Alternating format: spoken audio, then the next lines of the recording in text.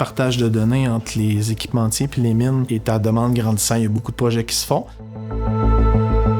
Connex se trouve être un contrat entre une minière et ses équipementiers pour le transport de la donnée entre les deux parties. La minière a autorisé à ce que ces télémétries sortent vers son équipementier et que son équipementier puisse les manipuler à sa guise pour offrir un meilleur service. Les équipementiers, ton premier défi, tu as généré de la donnée. Tu fais quoi maintenant? Les minières, ils ont toute une façon de fonctionner différente. Ce qu'ils vont leur dire, c'est « Demande-moi quand tu veux accéder aux données ». Ça donne à l'équipementier l'accès à améliorer sa donnée puis offrir un meilleur service. C'est un outil qui permet qu'on connecte l'équipement puis qu'on transporte sa donnée de façon sécurisée. Les minières, ils ont des comptes à rendre, puis c'est normal qu'ils soient stricts. Ils veulent pas perturber les opérations. Une minière qui arrête, ça coûte extrêmement cher. Donc, si je nuis à son parc de périphériques, je viens de nuire à ses opérations. Donc, on est une firme spécialisée là-dedans, puis qu'on vient les supporter. Là. C'est surtout ça qui rend le Connex assez spécial. Faire ça séparément avec chacun des équipementiers, si tu as 20, 25, 30 équipementiers, ça devient comme compliqué à gérer. Présentement, il y a de plus en plus d'équipementiers qui aimeraient pouvoir connecter leurs équipements. Ça les oblige à monter plusieurs niveaux de sécurité pour passer au travers et s'assurer que, dans le fond, il n'y a pas d'attaque qui rentre dans leur infra.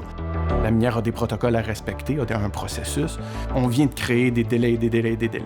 On peut attraper quand même pas mal d'équipements en utilisant certains protocoles standards, mais dans certains cas, c'est spécifique à l'équipementier. Mais l'idée, c'est qu'on crée une espèce de traduction de ça vers quelque chose qui est standard, puis qui leur permet de le récupérer de façon standard de l'autre bord.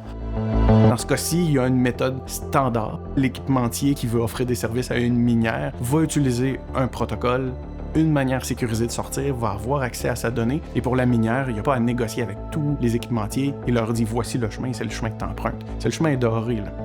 Les équipementiers, t'en as qui ont des équipes de 20, 30, 50 programmeurs qui sont ultra solides, t'en as d'autres qui ont un gars technique qui s'occupe de la bâtisse et de ce qui voyage par l'équipement. On s'assure qu'on utilise quelque chose qui est commun à tous les périphériques, que ce soit une pompe, un système de ventilation, on a déjà parlé de crocheurs, on a déjà parlé de véhicules autonomes.